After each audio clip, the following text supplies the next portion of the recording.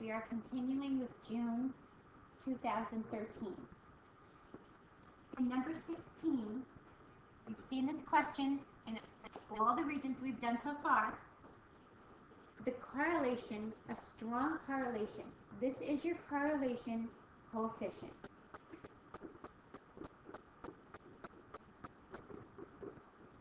When you do your regressions, you get an R equals. There's your correlation coefficient. It goes anywhere from -1 to +1. With the strong correlation being closer to the -1, closer to the +1. So they're looking for a strong positive correlation. It can't be greater than 1. So we're going to get that guy out of there. The closest to 1 is choice 1.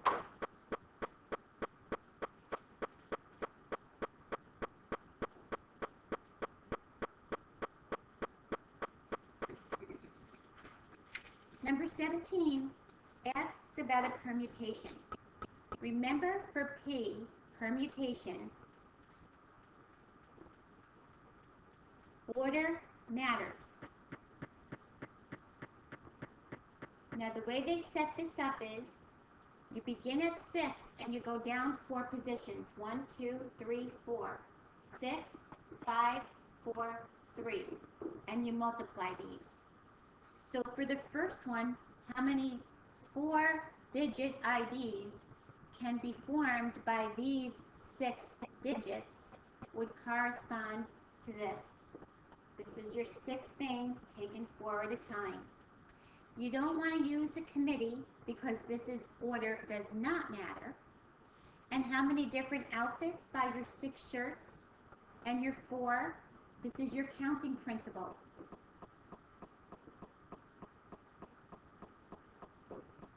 And how many different ways can one boy and one girl be selected? That's another difference of combinations in here.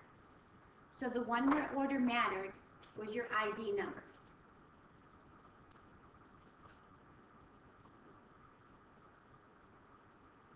Here's a nice circle graph. And they want to know which equation represents this graph. Well, first find your center. Your center is here at -3, +1.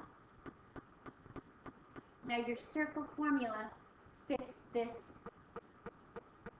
your circle equation fits this formula, where H and K is the center of your circle. Now notice they go in a little opposite ways. So if I put in an x minus a -3 squared and a y minus 1 squared, I end up with the x plus 3 squared plus y minus 1 squared equals r squared. So I'm looking at either 2 or 4. Now notice the radius. This is after it's been squared. So this would have to be 2, if you took the square root of 5, it would be 2 point something. So this is obviously greater than 2. The square root of 13 is somewhere between your 3 and your 4. 3 being square root of 9, 4 being square root of 16. So it's this guy right here, your choice 4.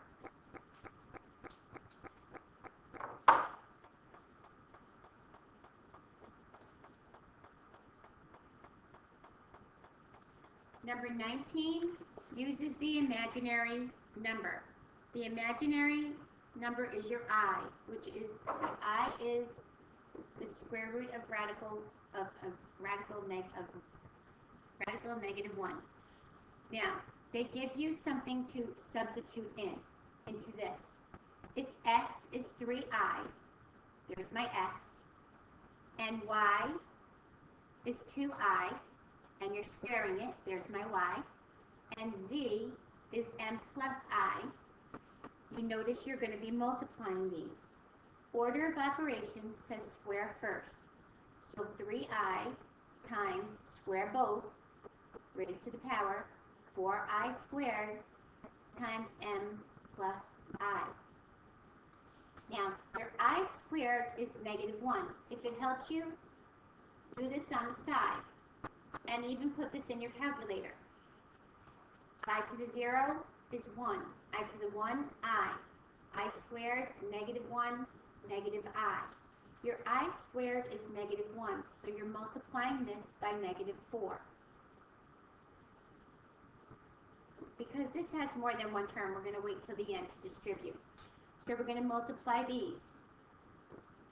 Now you're going to distribute over those two terms.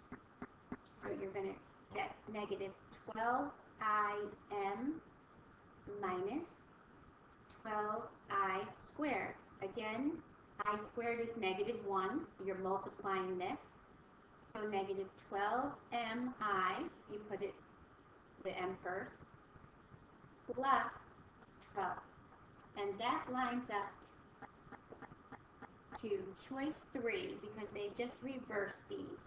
They use your commutative property and reverse this. Number 20 asks us to find if angle P is drawn in standard position. Remember, an angle in standard position starts right here and rotates counterclockwise. They want to know if it would terminate in quadrant 2, which is here. There would be my angle. Under which one of these conditions? Now, if you remember, all students take chemistry. So in this situation, the sine has to be positive, the cosine negative, the tangent negative. Its reciprocal functions follow as well.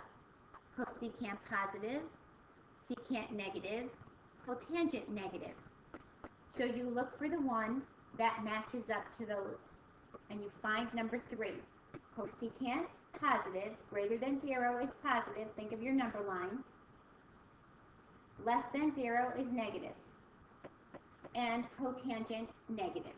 So it meets this one and this one. So choice 3. Number 21 is a log expression. And we're going to use your log rules, which work like exponents, to break this apart.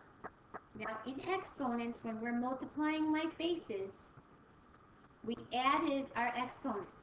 So we're going to take a multiply and turn this into an add. Then we're going to use your power rule, and we're going to bring down this exponent.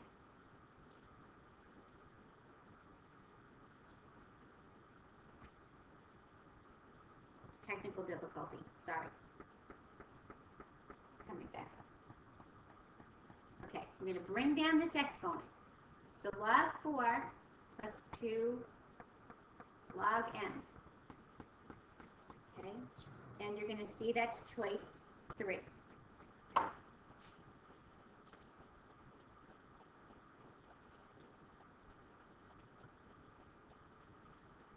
Number 22 is asking for a triangle. Any triangle, not a right triangle. P, Q, R. It says P, side P is opposite angle P, side R is opposite angle R, and side Q is opposite angle Q. So obviously these are all law of sines. So if we're looking for side P, it must be opposite angle P. So they're looking at a P over sine of P, and this could be equal to R over sine of R, or Q over sine of Q. If they look at this one, then we cross multiply, and we get P sine of R equals R sine of P. We want to solve for P. We divide by sine of R. So we get P is equal to R sine P over sine, that's P, R. And we see if we see that one, and that one's there. If that one was not there, then we would do this for the Q and set that up. Now 23 is a little tricky. 23, there's a multiple ways you could set this up. you're looking for a tangent of an angle who has a restricted cosine. Your restricted cosine is in 1 and 2.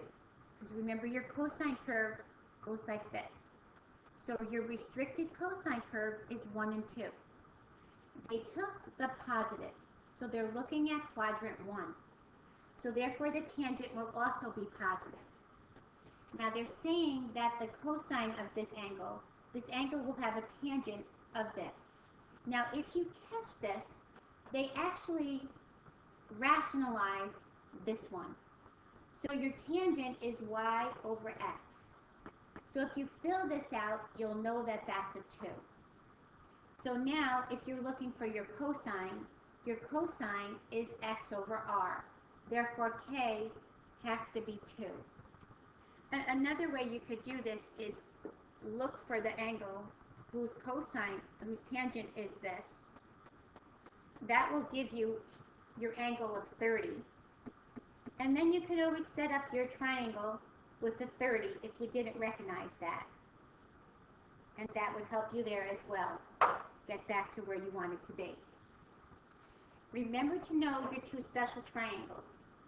Your 30-60, opposite the 30 is 1, opposite the 90 is 2, opposite the 60 is radical 3. And your 45-45. 1, 1, radical 2. Remember to know these.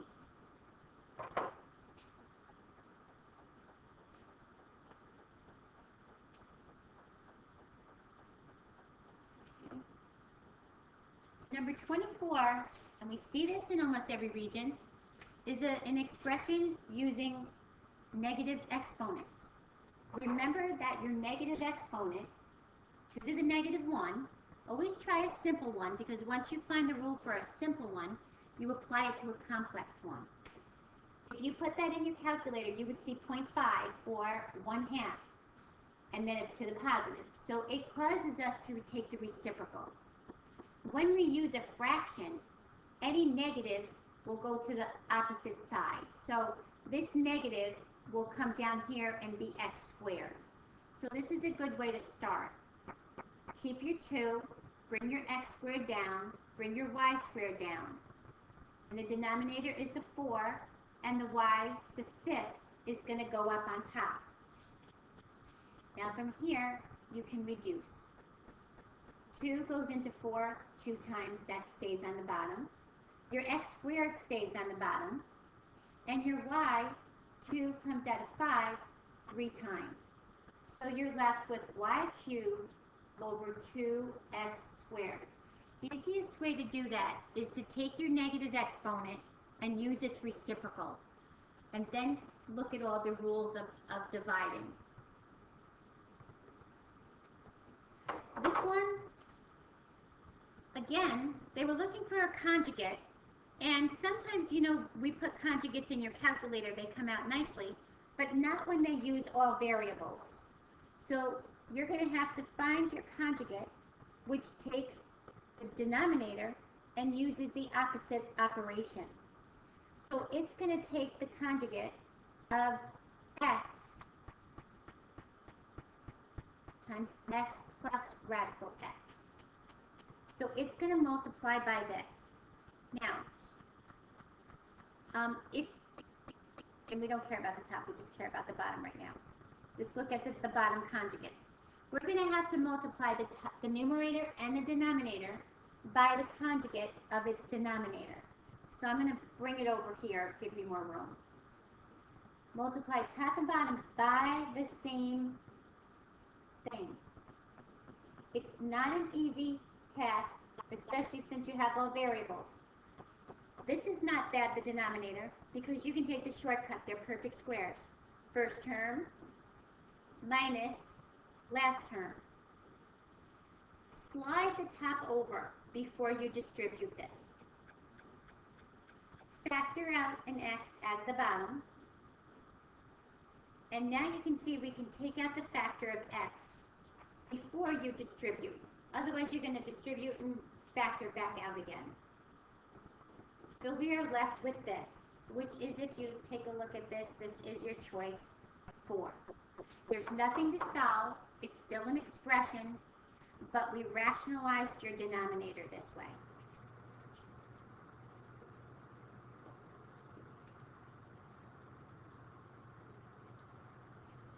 Okay, number 26.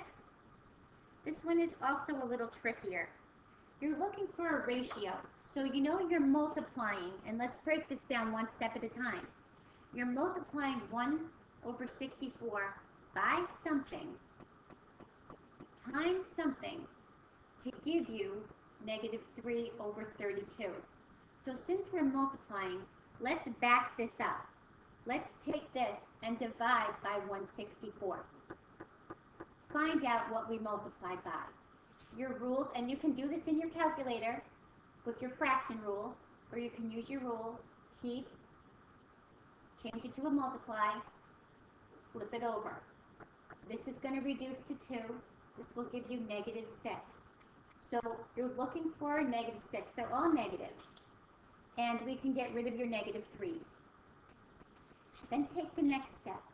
You went from a to the 5th to a cubed. So you subtracted 2 from there. This gives you a to the negative 2. Then you went b cubed to b to the 4th. You added 1b. So you were here, negative 6, a to the negative 2, b. And if you don't see it there, then take this guy and use its reciprocal. And you'll find it. Go one step at a time with that so it doesn't become confusing. Now for number 27, this is again your ambiguous case of sine. What happens with sine is, if you have an angle in quadrant 1 or an angle in quadrant 2, the sine in both of these cases is positive. So it's possible in a triangle that you can have an acute angle and an obtuse angle. So one way to do this is to set this up. Take K, M, and L, and set this up. 40 is your angle, 20 is what's given, and 13 is the side that we want to know if this is going to make one triangle or two triangles. Now, one way to find this is finding this altitude. This altitude says take the sine of 40, x over 20, and make sure your mode is degrees. Find it to be 12.9. When you look at 12.9, you can see that 13 is greater than 12.9, so it can, well, if I swing this line, it can swing both ways here, here, or here. That makes you two triangles. Now, that shows you that is the ambiguous case. I was really not fond of their choices, but that shows you that it is ambiguous. And maybe that's all they were looking for, or maybe we had to find both. Another way is to use your sign, law of sines. And once you get to this point, and you find what your angle could be, approximately 81 degrees, you can see that 81 here and 81 here would make this angle 99. And if I add it to your 40, you're still less than 180. Those two have to be less than 180 because you're still having a third angle to find. It was a little trickier.